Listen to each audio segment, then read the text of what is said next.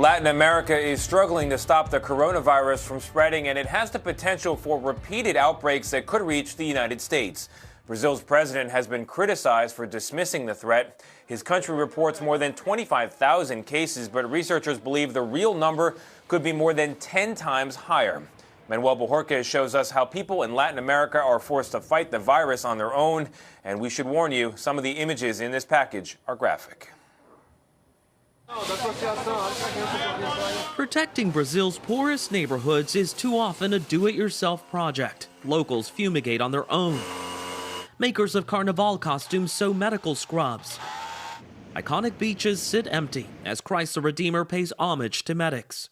But even as cases spike, the country's autocratic president, Jair Bolsonaro, continues to mock the virus's threat, posting on YouTube cheery appearances at donut shops and glad-handing with supporters.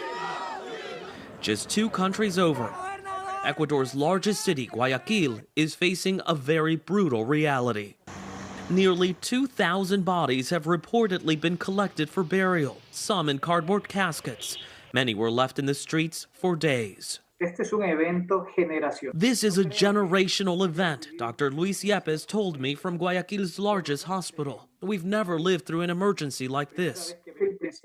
I think the biggest problem is that when social distancing was requested, people didn't take it as seriously as they should have, he said.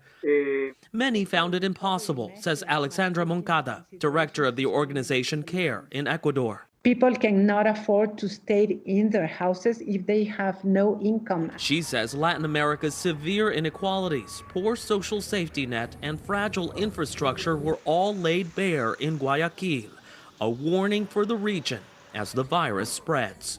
If our governors don't provide the example and have clear messages and that the population should stick to, it's more difficult to ensure a rapid overcome of the situation. Manuel Bojorquez, CBS News,